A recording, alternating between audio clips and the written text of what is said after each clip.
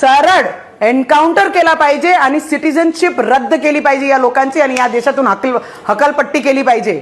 जोपर्यंत असा निर्णय होत नाही तिथपर्यंत यांची हिंमत तुटणार नाही. टेररिस्ट पाहत यांचेच नावं, आमच्या मुलींसोबत लव्ह जिहाद करणं म्हणजे यांचेच नावं, आमच्या मुलींचे व्हिडिओ बनवून सोशल मीडियावर टाकणं म्हणजे यांचेच नावं, सगळे प्रकरण हेच करतात.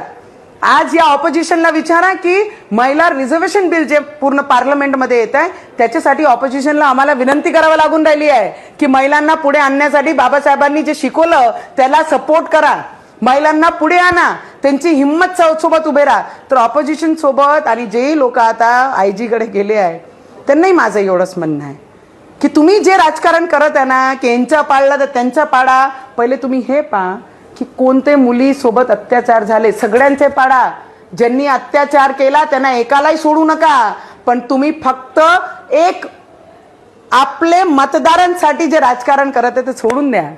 या देशातच जा लागते, या देशातच जन्माला आलो आहे, ते काही आपली नाही आहे, पाकिस्तानवाले आहे, पाकिस्तानला पाठवा लागते त्यांना.